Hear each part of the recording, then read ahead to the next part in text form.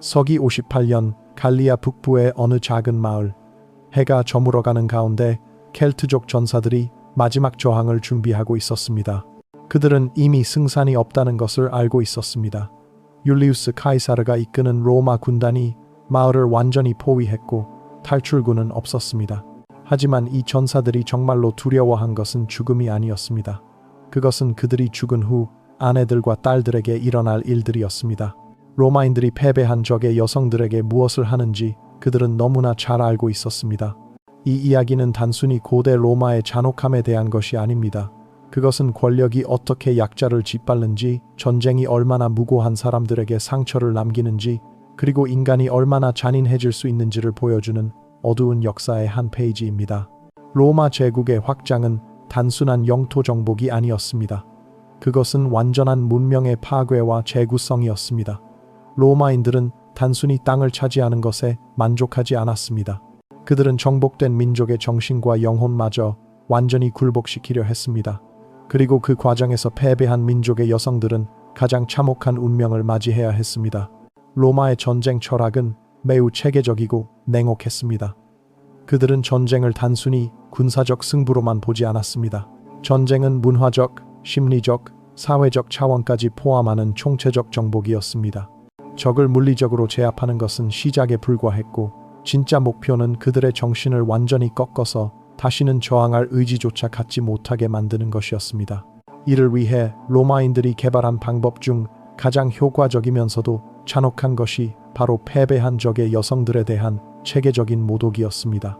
이는 단순한 전리품 약탈이나 개인적 욕구 해소를 넘어서 적의 사회적 기반 자체를 파괴하기 위한 계획적이고 의도적인 행위였습니다.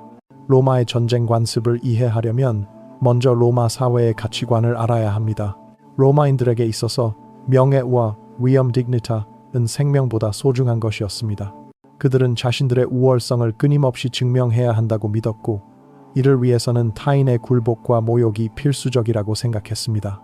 로마인들의 세계관에서 세상은 지배자와 피지배자, 승자와 패자로 나뉘어져 있었습니다. 그들은 자신들이 신들로부터 선택받은 민족이며 다른 모든 민족들을 지배할 권리와 의무를 가지고 있다고 믿었습니다. 이런 사고방식은 로마의 종교, 법, 문학, 예술 모든 분야에 스며들어 있었습니다. 특히 로마의 군사문화에서는 적에 대한 완전한 지배가 미덕으로 여겨졌습니다. 단순히 이기는 것으로는 충분하지 않았습니다. 적을 완전히 굴복시키고 그들의 자존심을 짓밟으며 다시는 고개를 들 수 없게 만드는 것이야말로 진정한 승리였습니다. 이런 맥락에서 여성에 대한 폭력과 모독은 단순한 부수적 현상이 아니라 로마의 정복 전략의 핵심적 요소였습니다. 로마인들은 적의 여성들, 특히 지배층 여성들을 공개적으로 모욕함으로써 적 남성들의 자존심과 명예를 완전히 파괴할 수 있다는 것을 알고 있었습니다. 고대 사회에서 여성의 정조와 명예는 가족과 부족 전체의 명예와 직결되어 있었습니다. 따라서 여성이 모욕당한다는 것은 단순히 개인의 문제가 아니라 공동체 전체가 수치를 당하는 것으로 받아들여졌습니다. 로마인들은 이런 심리를 교묘하게 이용했습니다. 로마군이 적의 도시나 마을을 점령하는 과정은 매우 체계적으로 이루어졌습니다. 먼저 도시를 완전히 포위하여 탈출을 불가능하게 만들었습니다. 그 다음에는 항복을 권유했지만 대부분의 경우 이는 형식적인 절차에 불과했습니다. 로마인들은 처음부터 완전한 정복과 파괴를 계획하고 있었기 때문입니다. 항복 권유가 거절되거나 시간이 지나면 로마군은 총공격을 개시했습니다. 이때부터 벌어지는 일들은 단순한 군사 작전을 넘어서 조직적인 테러와 다름없었습니다. 도시가 함락되면 로마군은 즉시 모든 주민들을 체계적으로 분류하기 시작했습니다. 이 분류 과정 자체가 이미 극도의 굴욕과 공포를 수반했습니다. 모든 사람들은 나이, 성별, 사회적 지위에 따라 서로 다른 장소로 분리되었습니다. 성인 남성들은 대부분 즉시 처형되거나 노예로 팔려갔습니다. 하지만 로마인들은 일부 남성들을 의도적으로 살려두었습니다. 이들은 앞으로 벌어질 끔찍한 광경을 지켜보도록 강요받았습니다. 자신들의 아내와 딸들이 당할 일들을 속수무책으로 보면서 절망과 분노, 그리고 무력감에 시달리게 만드는 것이 목적이었습니다. 여성들의 분류는 더욱 세밀하고 모욕적으로 이루어졌습니다. 그들은 완전히 옷을 벗겨진 채 로마 장교들 앞에 세워졌고 마치 가축을 품평하듯 신체 검사를 받아야 했습니다. 이 과정에서 로마 병사들은 여성들을 만지고 품평하며 조롱했습니다. 가장 젊고 아름다운 여성들은 1급 전리품으로 분류되어 로마의 고위층이나 부유한 시민들에게 팔려갔습니다. 이들은 주로 개인 노예나 장부로 사용되었습니다. 중간 정도의 여성들은 2급으로 분류되어 일반 병사들이나 중간 계층에게 분배되었습니다. 나이가 많거나 외모가 떨어지는 여성들은 3급으로 분류되어 광산이나 농장에서 혹독한 노동에 시달려야 했습니다. 하지만 어떤 등급으로 분류되든 모든 여성들은 로마인들의 욕망과 잔혹함의 대상이 되어야 했습니다. 특히 귀족이나 지배층의 아내들과 딸들은 더욱 특별한 대우를 받았습니다. 로마인들은 이들을 공개적으로 모욕함으로써 정복된 민족의 자존심에 치명타를 가할 수 있다는 것을 알고 있었습니다. 이들의 고귀한 지위가 높았을수록 그들에게 가해지는 굴욕도 더욱 극심했습니다.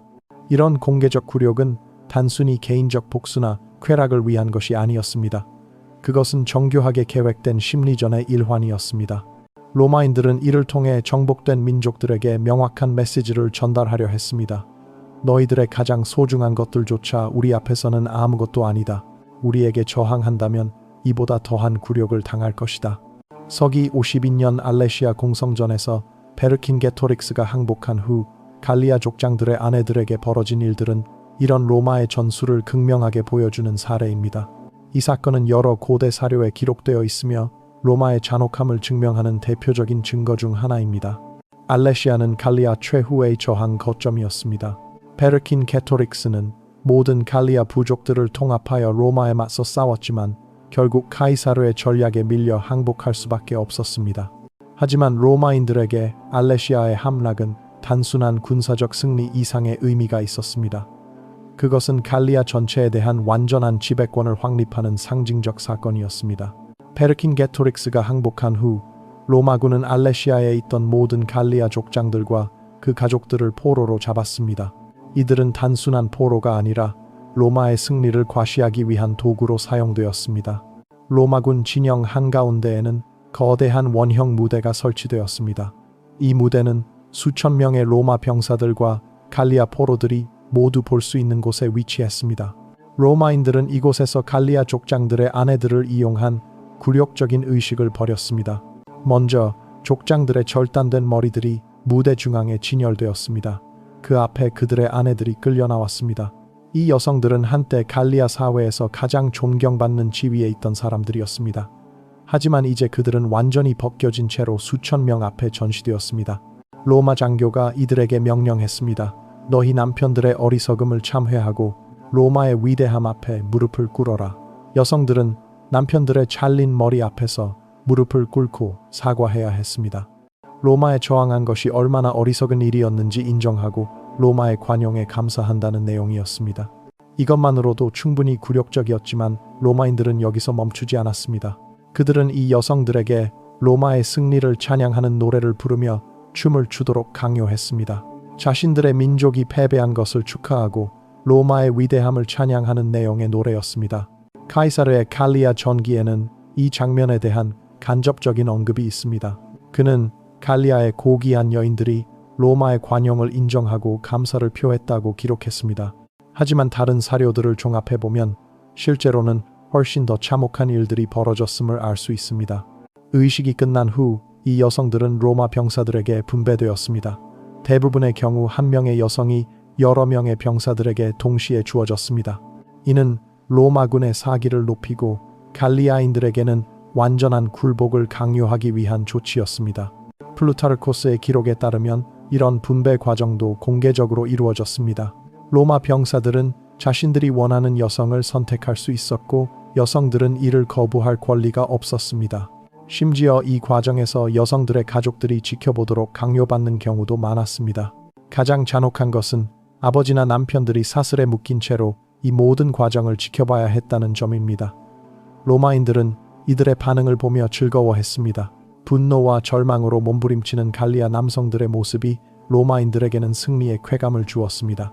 리비우스의 로마사에는 이런 장면을 목격한 한 로마 병사의 증언이 기록되어 있습니다. 갈리아인들의 얼굴에서 모든 희망이 사라지는 것을 보았다. 그들은 더 이상 저항할 의지를 잃었다. 이것이야말로 진정한 승리였다. 하지만 로마인들의 잔혹함은 여기서 끝나지 않았습니다. 그들은 굴복 의식이라는 더욱 체계적인 방법을 개발했습니다. 이는 패배한 민족의 여성들을 통해 그들의 남성들에게 완전한 정신적 파괴를 가하기 위한 의도적이고 계획적인 행위였습니다. 굴복 의식은 보통 며칠에 걸쳐 진행되었습니다. 첫째 날에는 여성들을 공개적으로 전시하고 모독했습니다. 둘째 날에는 그들의 가족들 앞에서 로마 병사들과 강제로 관계를 맺도록 했습니다. 셋째 날에는 여성들로 하여금 자신들의 민족과 종교를 부정하고 로마의 신들에게 경배하도록 강요했습니다. 이 모든 과정은 철저히 공개적으로 이루어졌습니다. 수백, 수천 명의 사람들이 지켜보는 가운데 벌어지는 이런 의식은 단순한 성폭력을 넘어서 집단적 트라우마를 만들어냈습니다. 이를 목격한 모든 사람들은 평생 이 기억에 시달려야 했습니다. 로마인들이 특히 즐겨 사용한 방법 중 하나는 선택의 고문이었습니다. 이는 심리적 고문의 한 형태로 아버지나 남편에게 가족 중 누군가를 선택하게 하는 것입니다. 예를 들어 로마 장교가 갈리아 족장에게 이렇게 말했습니다. 내 아내와 딸 중 한 명만 살릴 수 있다. 누구를 선택할 것인가? 또는 내 딸들 중 가장 아름다운 자를 우리에게 바쳐라. 그러면 나머지는 살려주겠다. 이런 선택을 강요받은 남성들은 극심한 정신적 고통에 시달렸습니다. 어떤 선택을 하든 가족 중 누군가를 희생시켜야 했고 그 죄책감은 평생 지속되었습니다. 설사 살아남은 가족이 있어도 그들 사이에는 영원히 지워지지 않는 상처가 남았습니다. 더욱 교묘한 것은 로마인들이 때로는 이런 선택 자체를 거짓으로 만든다는 점이었습니다. 즉, 한 명을 선택하게 해놓고도 결국 모두를 죽이거나 모욕하는 경우가 많았습니다. 이는 갈리아인들에게 로마를 절대 신뢰할 수 없다는 메시지를 전달하는 동시에 그들의 정신적 저항력을 완전히 분쇄하기 위한 것이었습니다. 스트라본의 지리학에는 이런 선택의 고문이 갈리아인들에게 미친 장기적 영향에 대한 기록이 있습니다. 그에 따르면 이런 경험을 한 갈리아인들은 대부분 정신적 외상에 시달렸고 많은 경우 정상적인 사회생활이 불가능해졌다고 합니다. 한 갈리아 족장의 경우 아내와 딸 중 하나를 선택하라는 강요를 받았습니다. 그는 결국 나이가 많은 아내를 선택했는데 이는 젊은 딸이 더 오래 고통받을 것을 우려했기 때문이었습니다. 하지만 로마인들은 약속을 지키지 않았고 결국 두 사람 모두 참혹한 운명을 맞았습니다.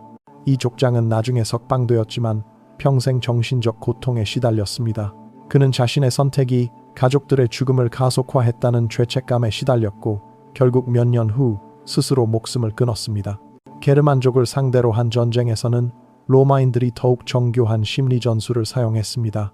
게르만족은 여성의 정조와 명예를 매우 중시하는 문화를 가지고 있었는데 로마인들은 이런 문화적 특성을 교묘하게 역이용했습니다.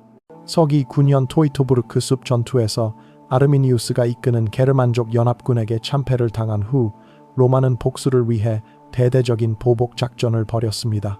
이때 게르마니쿠스가 이끄는 로마군이 게르만족 마을들을 무차별 공격하면서 벌어진 일들은 로마 역사상 가장 잔혹한 사건들 중 하나로 기록됩니다.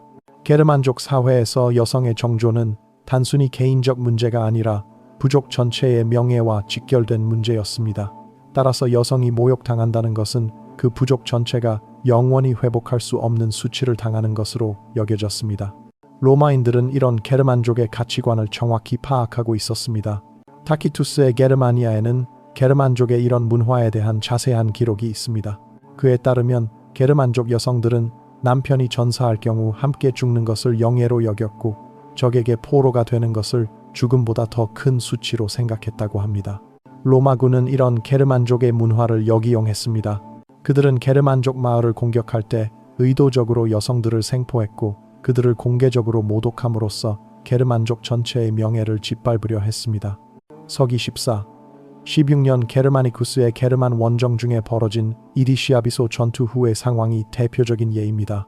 로마군이 하르데스 부족의 마을을 점령한 후 그들은 부족의 모든 여성들을 마을 중앙 광장에 모았습니다. 이때 로마군이 사용한 방법은 특히 교묘했습니다. 그들은 게르만족 여성들에게 직접 폭력을 가하는 대신 그들로 하여금 자신들의 정조를 스스로 포기하도록 강요했습니다. 즉, 로마 병사들과 자발적으로 관계를 맺지 않으면 가족들을 죽이겠다고 협박한 것입니다. 이는 게르만족 여성들에게는 상상할 수 없는 딜레마였습니다. 자신의 정조를 지키면 가족이 죽고 정조를 포기하면 자신과 부족 전체가 영원한 수치를 당하는 상황이었습니다. 로마인들은 이런 선택 자체가 게르만족에게 치명적인 정신적 타격을 줄 것이라는 것을 계산하고 있었습니다. 플리니우스의 박물지에는 이때의 상황을 목격한 로마 병사의 증언이 기록되어 있습니다. 게르만 여인들은 우리의 요구 앞에서 극도의 고뇌에 빠졌다. 어떤 선택을 해도 그들에게는 죽음과 같은 것이었다. 이것이야말로 그들의 정신을 완전히 꺾는 방법이었다. 결국 대부분의 게르만족 여성들은 가족을 구하기 위해 자신의 정조를 포기할 수밖에 없었습니다. 하지만 로마인들은 여기서도 약속을 지키지 않았습니다. 여성들이 굴복한 후에도 그들의 가족들을 죽이거나 노예로 팔아버렸습니다. 이런 배신은 의도적인 것이었습니다. 로마인들은 게르만족들로 하여금 로마와의 어떤 합의도 믿을 수 없다는 것을 깨닫게 하려 했습니다. 동시에 로마에 저항하면 이보다 더한 굴욕을 당한다는 메시지도 전달하려 했습니다. 게르만족 여성들 중에는 이런 굴욕을 견디지 못하고 스스로 목숨을 끊으려는 경우가 많았습니다. 타키투스는 게르만족 여성들은 로마인들의 손에 더럽혀지는 이 차라리 죽음을 택했다고 기록했습니다. 하지만 로마인들은 이마저 허용하지 않았습니다. 그들은 자살을 시도하는 여성들을 미리 감시하고 막았습니다. 죽음으로라도 벗어나려는 여성들의 마지막 존엄마저 빼앗은 것입니다. 이는 게르만족에게 너희들의 생사조차 우리가 결정한다는 메시지를 전달하기 위한 것이었습니다. 더욱 잔혹한 것은 로마인들이 이런 여성들을 생존하도록 강요한 이유였습니다. 그들은 이 여성들을 살려서 게르만족 사회로 돌려보냈습니다. 하지만 이미 더럽혀진 이들은 자신의 부족에서도 받아들여지지 않았습니다. 게르만족의 엄격한 정조관념 때문에 로마인들에게 모욕당한 여성들은 자신의 가족과 부족으로부터도 버림받았습니다. 그들은 어디에도 속하지 못하는 존재가 되었고 평생 고통스러운 삶을 살아야 했습니다. 이것이야말로 로마인들이 의도한 바였습니다. 이런 여성들의 존재 자체가 게르만족 사회에 지속적인 상처와 트라우마를 남기는 것이었습니다. 그들을 볼 때마다 게르만족들은 로마에게 당한 굴욕을 떠올려야 했고 이는 저항 의지를 꺾는 효과적인 방법이었습니다. 벨레다라는 게르만족의 여예언자의 경우는 특히 비극적이었습니다. 그녀는 게르만족들 사이에서 신성한 존재로 여겨졌는데 로마군에게 포로가 된 후 공개적으로 모욕당했습니다. 이는 단순히 개인에 대한 폭력이 아니라 게르만족의 종교적 신념 자체를 파괴하려는 의도였습니다. 로마인들은 벨레다를 로마 진영 한가운데 세워놓고 수백 명의 게르만족 포로들이 보는 앞에서 그녀의 신성함이 얼마나 무력한지 보여주었습니다. 그들은 네가 정말 신의 힘을 가지고 있다면 이 상황에서 벗어나 보라고 조롱하며 그녀를 모독했습니다. 이 사건은 게르만족의 종교적 세계관에 치명적인 타격을 주었습니다. 많은 게르만족들이 자신들의 신들이 로마의 신들보다 약하다고 믿게 되었고 이는 그들의 문화적 정체성을 뿌리부터 흔들었습니다. 브리타니아 현재의 영국 정복 과정에서 벌어진 일들은 더욱 체계적이고 잔혹했습니다. 서기 61년 보우디카의 반란이 진압된 후 로마군은 이케니족과 트리노반테족에게 극심한 보복을 가했습니다. 보우디카는 이케니족의 여왕이었는데 남편이 죽은 후 로마인들이 그녀의 왕국을 강제로 병합하려 하자 대규모 반란을 일으켰습니다. 초기에는 성공적이었던 이 반란은 결국 수에토니우스 파울리누스가 이끄는 로마군에 의해 진압되었습니다. 반란이 진압된 후 로마군이 보우디카와 그녀의 두 딸들에게 행한 일은 브리타니아 전체에 충격을 주었습니다. 타키투스의 아그리콜라와 연대기에는 이 사건에 대한 상세한 기록이 남아 있습니다. 보우디카의 두 딸들은 공개적으로 로마 병사들에게 능욕당했습니다. 이 과정이 모든 이케니족과 트리노반테족 포로들이 보는 앞에서 이루어졌습니다.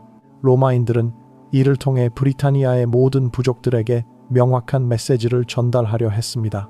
더욱 잔혹한 것은 보우디카 자신이 이 모든 과정을 지켜봐야 했다는 점입니다. 여왕으로서 백성들을 보호해야 할 자신이 딸들조차 지키지 못하는 무력한 모습을 보여주는 것은 그녀의 권위와 브리타니아인들의 사기를 완전히 꺾기 위한 계산된 행위였습니다. 타키투스는 이에 대해 로마인들은 단순히 반란을 진압한 것이 아니라 브리타니아인들의 영혼을 정복했다고 기록했습니다. 실제로 이 사건 이후 브리타니아에서는 로마에 대한 대규모 저항이 거의 일어나지 않았습니다. 보우디카는 이런 굴욕을 견디지 못하고 독을 마셔 스스로 목숨을 끊었습니다. 하지만 그녀의 죽음조차 로마인들에게는 승리의 상징이 되었습니다. 그들은 야만적인 여왕이 로마의 위대함 앞에서 스스로 굴복했다고 선전했습니다. 로마의 이런 잔혹한 행위들은 브리타니아 사회 전체에 깊은 트라우마를 남겼습니다. 많은 브리타니아 부족들이 로마에 대한 공포심을 갖게 되었고, 이는 로마 통치를 용이하게 만드는 결과를 낳았습니다. 유대 전쟁서기 66-73년 중에는 로마인들이 더욱 체계적이고 종교적인 차원의 모독을 자행했습니다. 유대인들은 종교적 정체성이 매우 강한 민족이었는데 로마인들은 이를 표적으로 삼았습니다. 서기 70년 예루살렘이 함락된 후 로마군은 유대인 여성들을 종교적 지위에 따라 세밀하게 분류했습니다. 제사장의 아내들과 딸들, 종교 지도자들의 가족들이 특별히 선별되었습니다. 로마인들은 이들을 통해 유대교 자체를 모독하려 했습니다. 가장 충격적인 것은 이들을 예루살렘 성전 앞에서 공개적으로 모독한 일이었습니다. 유대인들에게 성전은 가장 신성한 장소였는데 로마인들은 의도적으로 이곳을 선택했습니다. 그들은 유대인들에게 너희 신조차 우리 앞에서는 무력하다는 메시지를 전달하려 했습니다. 요세푸스의 유대 전쟁사에는 이런 장면이 생생하게 기록되어 있습니다. 로마인들은 우리의 거룩한 여인들을 더럽혀서 우리의 신앙 자체를 모독했다. 성전 앞에서 벌어진 이런 일들을 보며 많은 유대인들이 신에 대한 믿음을 잃었다. 이보다 더 큰 고통은 없었다. 특히 젊은 처녀들에게 가해진 일들은 더욱 참혹했습니다. 유대교에서 처녀성은 단순히 개인적 가치가 아니라 신앙적 순결성을 상징하는 중요한 개념이었습니다. 로마인들은 이를 의도적으로 파괴함으로써 유대교의 핵심 가치를 무너뜨리려 했습니다. 더욱 교묘한 것은 로마인들이 유대인 여성들로 하여금 유대교의 금기를 스스로 어기도록 강요한 점입니다. 예를 들어 안식일에 금지된 행위들을 하게 하거나 불결한 음식을 먹도록 강요했습니다. 이는 단순한 신체적 폭력을 넘어서 영적 차원의 파괴를 목표로 한 것이었습니다. 한 랍비의 딸이었던 미리암이라는 여성의 경우가 특히 비극적이었습니다. 그녀는 율법에 정통한 학자의 딸로 유대 공동체에서 존경받는 위치에 있었습니다. 하지만 로마군에게 포로가 된 후 그녀는 가장 신성한 유대교 율법들을 어기도록 강요받았습니다. 로마인들은 그녀를 돼지고기를 먹도록 강요했고 안식일에 일을 하게 했으며 심지어 로마의 신들에게 절하도록 했습니다. 이 모든 과정이 다른 유대인 포로들이 보는 앞에서 이루어졌습니다. 미리암은 처음에는 강하게 저항했지만 로마인들이 그녀의 어린 남동생을 위협하자 결국 굴복할 수밖에 없었습니다. 하지만 이런 행위를 한 후 그녀는 유대 공동체에서도 받아들여지지 않았습니다. 율법을 어긴 것은 비록 강요에 의한 것이었지만 엄격한 유대교 율법상으로는 죄악으로 간주되었기 때문입니다. 이런 식으로 로마인들은 유대인 공동체 내부에 분열과 갈등을 조장했습니다. 강요에 의해 율법을 어긴 사람들과 그렇지 않은 사람들 사이의 갈등, 생존을 위해 타협한 사람들과 끝까지 저항한 사람들 사이의 갈등이 유대 사회를 분열시켰습니다. 이런 분열은 로마가 의도한 바였습니다. 통합된 저항보다는 내부 분열이 로마 통치에 훨씬 유리했기 때문입니다. 실제로 유대 전쟁 이후 유대인들은 수세기 동안 통일된 저항을 조직하지 못했습니다. 다키아 전쟁서기 101-106년에서는 트라야누스 황제가 직접 이런 잔혹한 방법들을 지시했다는 기록이 있습니다. 다키아는 로마에게 오랫동안 위협이 되어온 강력한 왕국이었는데 트라야누스는 이들을 완전히 굴복시키기 위해 극단적인 수단을 동원했습니다. 다키아의 수도 사르미제게투사가 함락된 후 트라야누스는 다키아 왕 데케발루스의 가족들을 모두 포로로 잡았습니다. 특히 데케발루스의 딸과 아내들은 로마로 끌려가서 트라야누스의 개선식에서 공개적으로 전시되었습니다. 이 개선식은 로마 역사상 가장 성대한 축제 중 하나였습니다. 123일 동안 계속된 이 축제에서 다키아 왕족 여성들은 매일 다른 형태의 굴욕을 당해야 했습니다. 그들은 사슬에 묶인 채 로마 시민들 앞에 전시되었고 그들의 굴욕적인 모습은 로마의 위대함을 보여주는 장관으로 연출되었습니다. 플리니우스의 편지에는 이 개선식을 본 로마 시민의 감상이 기록되어 있습니다. 오늘 원형 경기장에서 다키아 여인들의 처절한 몸부림을 보았다. 그들이 굴복하는 모습에서 로마 제국의 위대함을 느꼈다. 이것이야말로 우리가 세계를 지배할 자격이 있다는 증거다. 하지만 개선식이 끝난 후 이 여성들에게 벌어진 일들은 더욱 끔찍했습니다. 일부는 맹수들과 싸우도록 강요되었고, 일부는 검투사들과의 불공정한 경기에 내몰렸으며, 일부는 로마 시민들의 잔혹한 오락거리로 사용되었습니다. 데케발루스의 장녀 제노비아의 경우 그녀는 사자들과 맨손으로 싸우도록 강요받았습니다. 물론 이는 죽음을 전제로 한 경기였습니다. 하지만 로마 관중들은 이런 불공정한 싸움을 보며 환호했습니다. 그들에게 이것은 정당한 오락이었고 로마의 승리를 확인하는 의식이었습니다. 카시우스 디오의 로마사에는 이런 장면들에 대한 상세한 기록이 남아 있습니다. 그는 다키아 여인들의 용맹함은 인정할 만했지만 결국 로마의 힘 앞에서는 무력할 뿐이었다 라고 썼습니다. 이런 공개적 처형과 모독은 단순한 복수나 오락이 아니었습니다. 그것은 로마 제국 전체에 명확한 메시지를 전달하기 위한 정치적 행위였습니다. 로마에 저항하는 자들의 운명이 이와 같다는 경고였습니다. 실제로 다키아 전쟁의 참혹한 결말을 본 다른 민족들은 로마에 대한 저항을 포기하는 경우가 많았습니다. 사르마티아족, 게타이족, 바스타르나이족 등이 자발적으로 로마에 복속했는데 이는 다키아인들의 운명을 보고 공포를 느꼈기 때문이었습니다. 로마인들에게 이런 잔혹한 행위들은 도덕적 문제가 아니라 정치적 필요였습니다. 제국의 안정과 확장을 위해서는 정복된 민족들의 저항 의지를 완전히 꺾어야 했고, 이를 위해 가장 효과적인 방법이 여성들에 대한 공개적 모독이었습니다. 로마의 정치 철학자 키케로조차 이런 방법을 옹호했습니다. 그는 의무론에서 국가의 이익을 위해서라면 개인의 고통은 감수되어야 한다고 주장했습니다. 비록 그가 직접 이런 잔혹한 행위를 언급하지는 않았지만 그의 논리는 이런 행위들을 정당화하는 데 사용되었습니다. 로마의 법학자 울피아누스는 더욱 직설적이었습니다. 그는 전쟁에서 승리한 자는 패배한 자에 대해 절대적 권리를 갖는다. 이는 자연법이며 신들이 정한 질서다 라고 선언했습니다. 이런 사고방식은 로마 사회 전체에 뿌리 깊게 박혀 있었습니다. 로마 시민들은 이런 잔혹한 행위들을 당연한 것으로 받아들였고 심지어 즐기기도 했습니다. 원형 경기장에서 벌어지는 잔혹한 광경들을 보며 환호하는 것이 로마 시민들의 일상이었습니다. 하지만 로마 내부에서도 이런 잔혹함에 대한 비판의 목소리가 없었던 것은 아닙니다.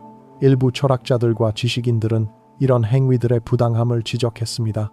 스토아 철학자 세네카는 진정한 용기는 약자를 보호하는 것이지 괴롭히는 것이 아니다 라고 말했습니다. 그는 또한 승리자의 관용이야말로 진정한 위대함의 증거라고 주장했습니다. 플라톤의 영향을 받은 일부 로마 지식인들도 비슷한 견해를 보였습니다. 그들은 정의는 힘이 아니라 도덕성에서 나온다고 주장했습니다. 하지만 이런 목소리들은 소수에 그쳤고 로마의 정책에 실질적인 영향을 미치지는 못했습니다. 제국의 현실적 이익이 철학적 이상보다 우선시되었습니다. 로마의 정치 엘리트들에게 인도주의적 가치는 사치품에 불과했습니다. 더욱이 일반 시민들은 이런 철학적 논의에 관심이 없었습니다. 그들에게 중요한 것은 로마의 승리와 그로 인한 경제적 이익이었습니다. 정복 전쟁으로 얻어지는 노예들과 전리품들이 로마 시민들의 생활 수준을 높여주었기 때문입니다. 아이러니하게도 로마가 기독교를 받아들인 후에도 이런 잔혹한 관습들이 완전히 사라지지는 않았습니다. 4세기 콘스탄티누스 황제가 기독교를 공인한 후에도 실제 현장에서는 여전히 많은 학대가 계속되었습니다. 기독교 교리는 분명히 모든 인간의 존엄성을 강조했습니다. 하지만 로마군의 오랜 전통과 관습을 하루아침에 바꾸기는 어려웠습니다. 많은 로마 장교들과 병사들이 여전히 옛날 방식을 고수했습니다. 더욱이 당시 기독교 지도자들도 이 문제에 대해 명확한 입장을 취하지 못했습니다. 그들은 개인적 차원의 도덕성에는 관심이 많았지만 국가 정책이나 군사 작전에 대해서는 소극적인 태도를 보였습니다. 성 아우구스티누스조차 신국론에서 정당한 전쟁에서는 적에 대한 가혹한 처벌도 허용될 수 있다고 주장했습니다. 비록 그가 무차별적 폭력을 옹호한 것은 아니지만 그의 논리는 로마의 잔혹한 행위들을 정당화하는 데 이용되었습니다. 테오도시우스 황제 시대 379-395년에 이르러서야 비로소 구체적인 보호 조치들이 마련되었습니다. 그는 패배한 적의 여성들도 기본적인 인권을 보장받아야 한다는 법령을 공포했습니다. 하지만 이런 법령들도 대부분 형식적인 것에 그쳤습니다. 실제 전장에서는 여전히 많은 학대가 계속되었고 이를 처벌하는 사례는 매우 드물었습니다. 중앙정부의 통제가 미치지 않는 변방 지역에서는 거의 변화가 없었습니다. 로마 제국이 분열되고 쇠퇴하면서 상황은 오히려 더 악화되기도 했습니다. 중앙 권력이 약화되자 지방의 군 지휘관들이 더욱 독단적으로 행동하게 되었고 이는 더 많은 학대로 이어졌습니다. 5세기 서로마 제국의 몰락과 함께 이런 로마식 잔혹함도 일단락되는 듯했지만 실제로는 중세 유럽의 여러 왕국들이 로마의 방식을 모방했습니다. 프랑크족, 고트족, 반달족 등이 로마의 전쟁 방식을 계승했고 이는 수세기에 걸쳐 계속되었습니다. 특히 십자군 전쟁 시대에는 로마식 잔혹함이 종교적 명분과 결합하여 더욱 극단적인 형태로 나타나기도 했습니다. 십자군들은 이교도들에 대한 어떤 잔혹한 행위도 신의 뜻이라고 정당화했습니다. 현대적 관점에서 보면 로마가 패배한 적의 여성들에게 행한 일들은 명백한 전쟁 범죄이자 인권 침해였습니다. 1949년 제네바 협약과 1977년 추가 의정서는 전쟁 중 민간인, 특히 여성과 아동의 보호를 명시하고 있습니다. 국제형사재판소 규정은 전쟁 중 강간, 성노예제, 강제 임신, 강제불임, 기타 성폭력을 인류에 대한 범죄로 규정하고 있습니다. 로마가 2000년 전에 행한 일들은 이런 현대 국제법의 모든 기준에 위배되는 것들이었습니다. 하지만 당시의 기준으로는 이런 행위들이 정당한 전쟁의 일부로 여겨졌습니다.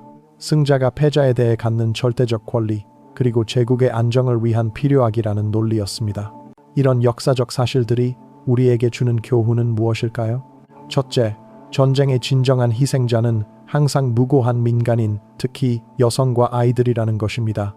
그들은 전쟁을 일으키지도 않았고 그 결과를 결정할 권한도 없었지만 가장 큰 피해를 당했습니다.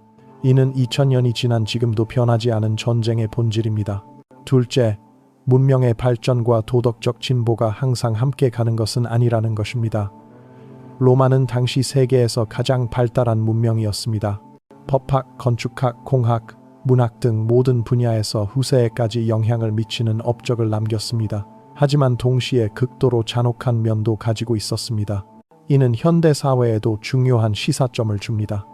기술적 진보가 반드시 인간성의 향상을 의미하지는 않습니다. 오히려 더 발달한 기술이 더 효율적인 파괴와 억압의 도구가 될 수도 있습니다.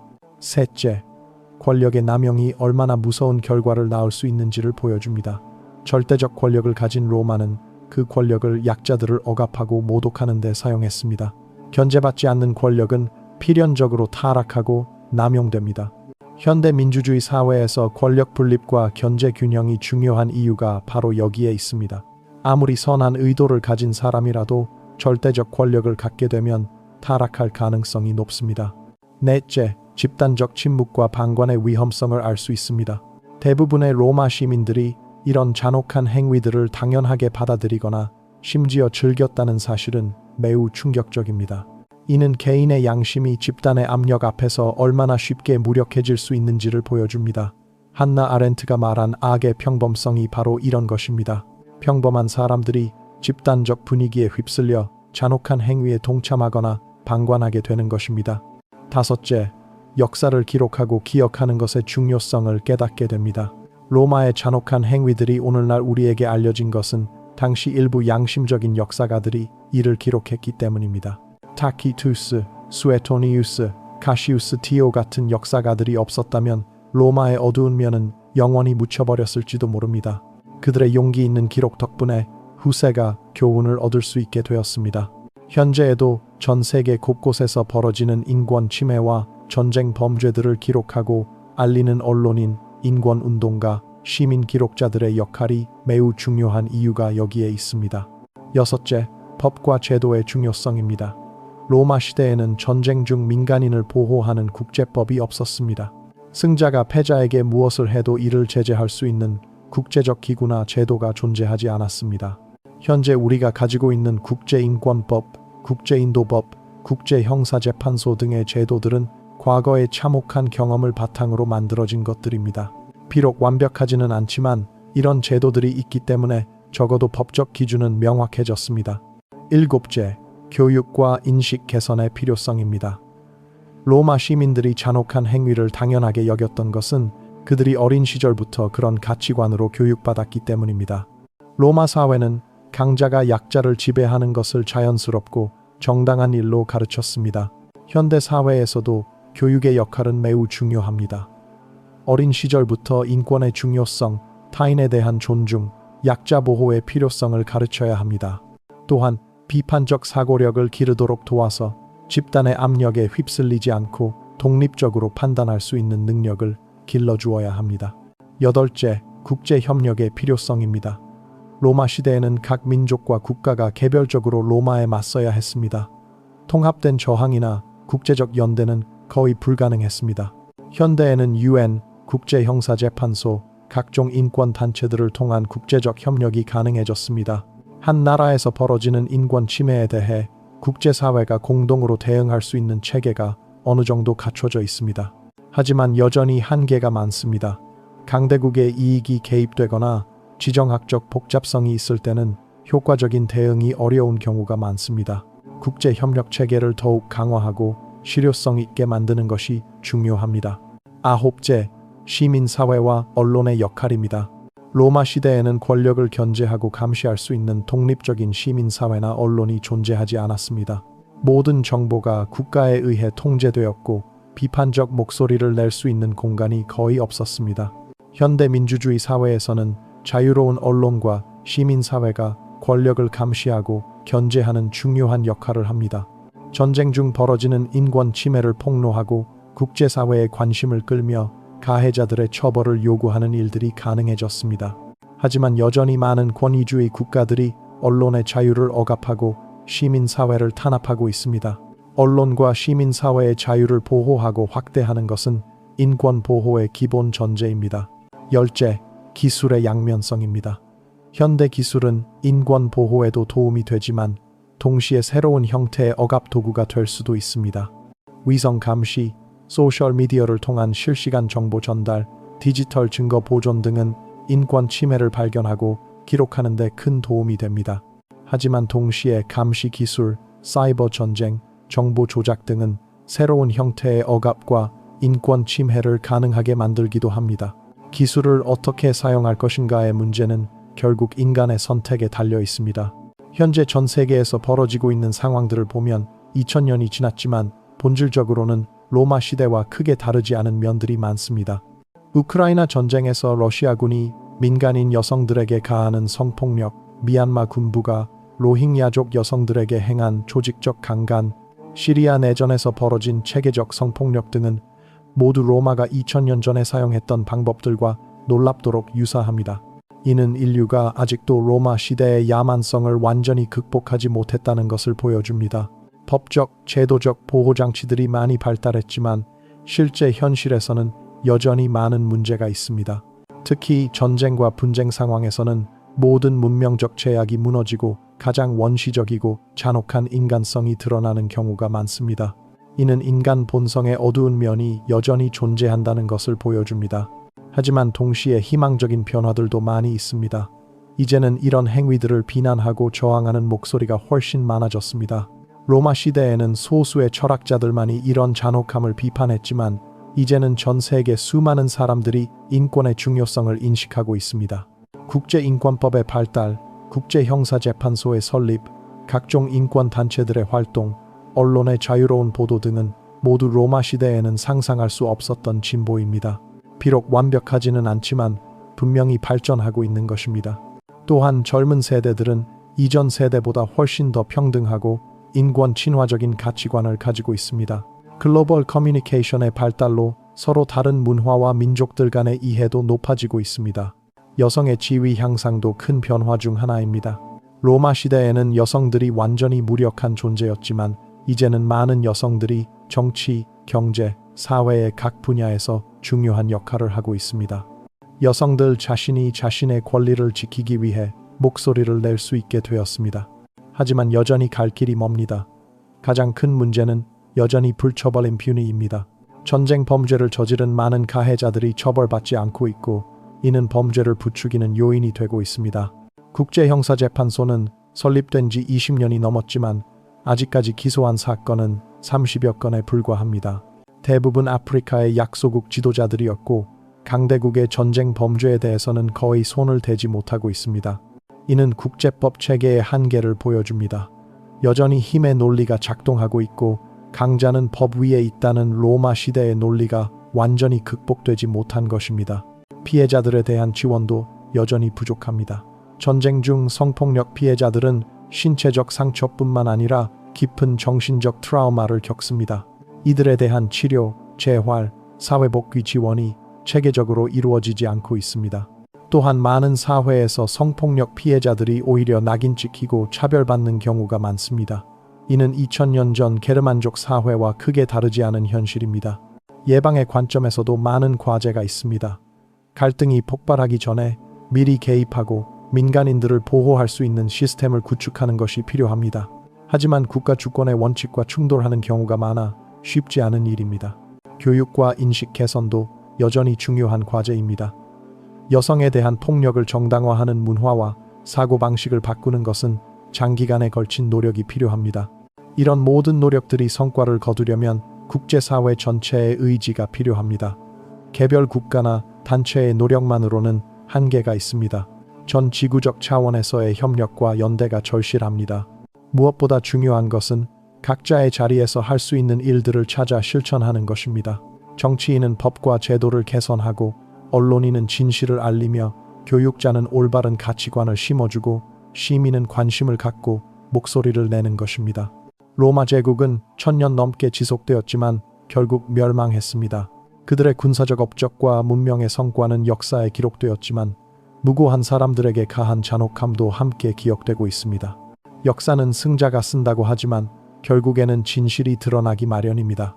로마인들이 자신들의 위대함만을 후세에 전하려 했지만 그들의 어두운 면도 함께 전해졌습니다.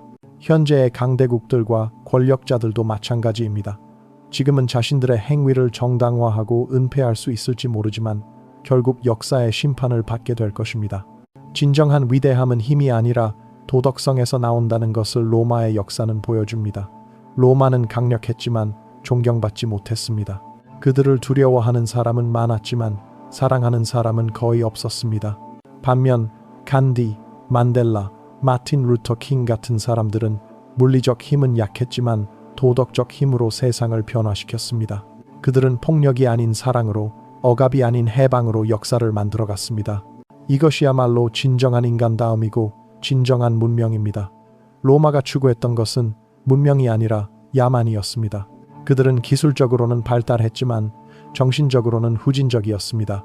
우리는 로마의 기술적 성과는 배우되 그들의 정신적 야만성은 거부해야 합니다. 더 강한 무기를 만드는 것이 아니라 더 나은 인간이 되는 것이 진정한 진보입니다. 2000년 전 갈리아의 작은 마을에서 로마군을 기다리며 떨었던 여성들, 그들의 공포와 절망, 그리고 견뎌내야 했던 참혹한 고통을 우리는 잊어서는 안 됩니다. 그들의 이름은 역사에 기록되지 않았지만 그들의 고통은 인류 전체의 기억 속에 남아 있어야 합니다. 그래야만 같은 비극이 반복되지 않을 수 있습니다. 그래야만 그들의 희생이 헛되지 않을 수 있습니다. 오늘날 우크라이나에서, 시리아에서, 미얀마에서 같은 고통을 당하고 있는 여성들이 있습니다. 그들도 2000년 전 갈리아 여성들과 같은 공포와 절망을 느끼고 있습니다. 우리는 이들을 외면해서는 안 됩니다. 우리는 이들의 목소리가 되어야 하고 이들을 보호하기 위해 노력해야 합니다. 그것이 문명인으로서, 인간으로서 우리의 의무입니다. 역사는 반복됩니다. 하지만 우리가 과거를 기억하고 교훈을 얻는다면 더 나은 방향으로 반복시킬 수 있습니다. 로마의 야만성이 아닌 인간의 존엄성이 승리하는 역사를 만들어갈 수 있습니다. 그것이 바로 우리가 추구해야 할 진정한 제국입니다.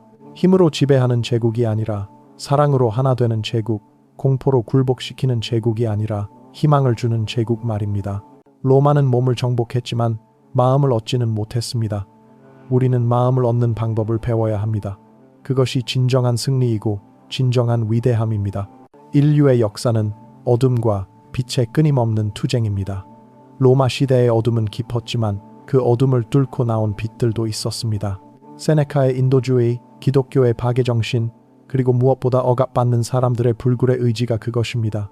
오늘날 우리도 그 빛의 계승자가 되어야 합니다.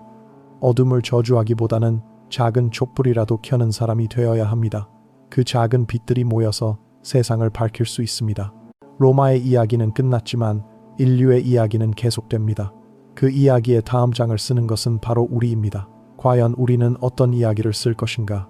로마와 같은 어둠의 이야기인가? 아니면 빛의 이야기인가? 그 선택은 바로 우리 각자의 손에 달려 있습니다. 매일매일의 작은 선택들이 모여서 인류의 미래를 결정할 것입니다. 더 나은 세상을 만들기 위해서는 우리 모두의 노력이 필요합니다. 만약 이 이야기가 당신에게 무언가를 느끼게 했다면, 그리고 더 나은 세상을 만들고 싶다는 생각이 든다면 지금 바로 구독 버튼을 눌러주세요. 인류 역사의 어둠과 빛, 그리고 그 속에서 배울 수 있는 소중한 교훈들을 계속해서 여러분과 함께 나누겠습니다. 다음 이야기에서는 또 다른 역사의 진실들, 그리고 그것들이 오늘날 우리에게 주는 의미들을 탐구해 보겠습니다. 과거를 알면 현재가 보이고, 현재를 알면 미래를 바꿀 수 있습니다. 그 여행을 함께 하고 싶습니다. 역사의 진실을 함께 탐구하며 더 나은 인류의 미래를 만들어가는 그 길을 여러분과 함께 걸어가겠습니다.